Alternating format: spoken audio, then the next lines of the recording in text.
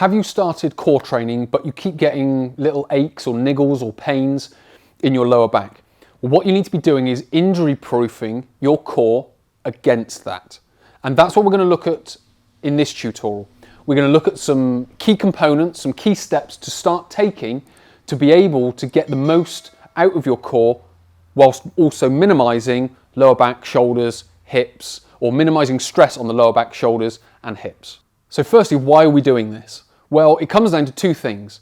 One is managing tissue stress, so the stress on the muscles, the tendons, the ligaments, and the fascia, but also optimizing joint position. Because what's happening there is all the load that's going on the joint and on the tissues is then being spread around it evenly.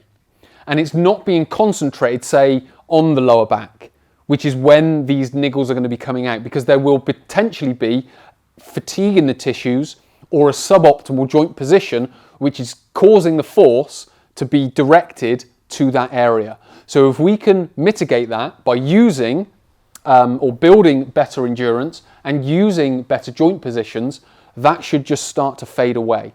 So we need to be thinking about it in a slightly logical manner, and that's what we're going to look at in the rest of the tutorial. Part 2 is looking at fundamental movements, because we're talking about injury proofing. Now, we don't just injury proof in the gym. We injury proof throughout the day, throughout the week, throughout the months, throughout the years. So we need to look at fundamental movements. So we need to be thinking about how we would lift a weight like that in everyday life, be it a shopping bag, be it a rucksack, be it a child, so on and so forth. We then need to look at how we would then carry that, and then maybe walk across a room or walk across a supermarket or walk across a car park, whatever it might be. Or even how we pick the weight up in the gym, how we carry it across the gym, and then how we lift it when we're doing the exercises that we're doing. So the first step to any injury proofing is first of all looking at your fundamental movements, which are everyday movements, which are lift, carry, push, pull, rotate, get up, walk, run. So what we would be looking at is making sure we've got bracing, we've got neutral, spine, we've got a good hinge of the hip. This is obviously for lifting. So we would then bring it up. When we're carrying, so when we're up into position, or we're in this position carrying the weight, we've got the correct posture. So if I'm here, what a natural thing might be to do is just collapse. But we don't want to do that. We want to be upright. So we're carrying the weight, not the weight carrying us, if you understand the sort of the idea behind that. So we're up here, we're carrying the weight on the arm. Again, we're not sort of letting it sit on the hip. We're up here, and then we're getting good stride. We've got an arm swing. If it's to the side, again, we've got a good arm swing. So we're able to distribute the load of the tissues, because if we go throughout the day doing that poorly, and then we go to the gym in the evening, we've already got fatigue in the system. We've already got, let's just say, damage in the system. It's not really damage, but like little micro problems in the system. We don't want to be going to the gym with too many of them, because if we're loading up heavy or doing exercise for an hour, we're already partly fatigued. So we need to be able to get that right first, so we can then get more out of exercise, but also injury proof, so we don't then create further problems. Number 3 is developing the core skills. So we've talked about the movements. So we've got the lifting, the carrying, the pushing, the pulling, the rotating, getting up, walking, so on and so forth. So once we've got that, we've then got these core skills that go with that. Now, simple core skills is a brace, is a neutral spine. I talked about it very briefly in the last part. But we need to be able to get these. We also need to be able to breathe. So again, if I'm up in this position and I'm carrying, and I've got, say, a child, it obviously wouldn't be this high, but a child would be sort of down here. So again, I need that posture. So I need to be upright, holding myself in position, holding my hips in position. I've got myself braced. I'm up in the neutral posture. My chest is up, and I'm then able to walk. Obviously, what would come with that would be the ability to breathe. So I'm not just in here and because it's so heavy, I'm not holding my breath. Now, there is a place for that, but it's not usually in everyday life. So it would be able to be managing that.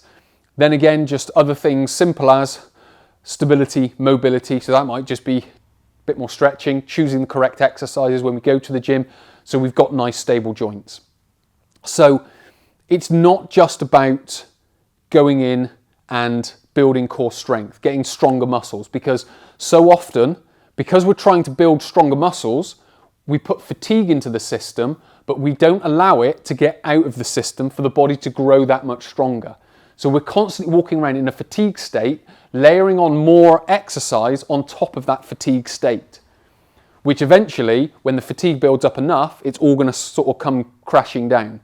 So we need to be able to do this in a logical way, but also do it in a structured way where we can load the tissues, put some fatigue in, but we then need to recover to allow that fatigue to go, which might include some stretching, some stabilizing exercises, so on and so forth. So we just got to think a bit about building those fundamentals in before we go to the harder, more advanced exercise.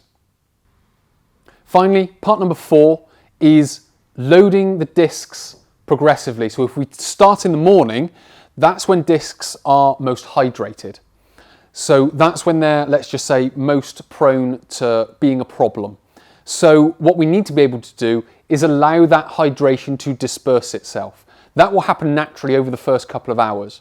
So number 1 is loading the spine progressively. When we get up in the morning, we're not doing hard exercise. We're just getting up, we're having our shower, we're having our breakfast, so on and so forth, whatever we might do in the morning, that routine, give ourselves an hour or two, then we go to exercise, which we then, even when we're at the exercise, we're still loading the spine progressively. We're not going in, throwing 100 kilos on the back and going into a squatting workout. So again, we're loading it progressively.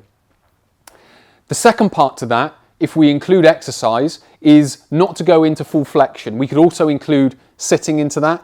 So if we want to be injury proofing our spine, one, as I mentioned, we want to be loading progressively, but we don't want to be going into this full flexion and also loading it, because that is going to keep our spine vulnerable to injuries. So if we're going into exercise, we want to be using exercises that don't flex the spine fully. So taking away the sit-ups, the crunches, all those types of exercises, and using much more sensible exercises like planks, side planks, bridges, bird dogs, things like that. And then finally, when we get into the rest of the day, just manage the sitting posture. Now, there is a place for relaxing into the seat, but that's if you've got a backrest and if you've got a headrest.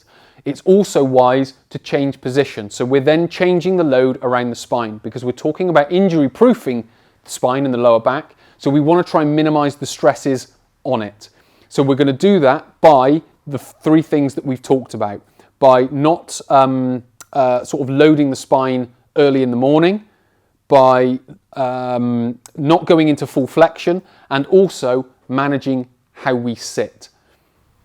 So to quickly summarize what we talked about on how we go about injury proofing our lower back, well, number 1, it comes down to developing those fundamental movements, those everyday movements, lifting, carrying, pushing, pulling, rotating, walking, running, so on and so forth. So we need to get that down. We then need to start looking at the core skills within those movements. The breathing, the bracing, we're not holding our breath, we're not relaxed through the stomach. The joint awareness, the flexibility, the stability of joints, so on and so forth. So we want to be building that, and that's going to reduce the stress on the tissues and spread it more evenly around the body. And then finally, we want to progress spine loading sensibly. So we don't want to be doing it early in the morning. We don't want to be going into spine flexion, and we want to be managing how we sit. If you found this tutorial helpful and you're having back problems and you want some more help injury proofing your lower back, just click the link below. You'll go through to my how to overcome low back pain consultation and coaching. Enter your name, you'll get sent 2 questionnaires, fill them out, that will come to me. I'll read through them, we'll get you booked in for your consultation and coaching. We'll go through the 45-minute consultation where we'll dig a little bit deeper into some triggers. We'll dig a little bit deeper in how you can stay pain-free. I'll then start putting together your rehab plan. I'll send it to you. We then give you 2 weeks of support where you can clarify any queries that you have, answer any questions that you've got, and we can get you on the road to a stronger, more healthy lower back. So please do click the link below, and I look forward to working with you in the consultation.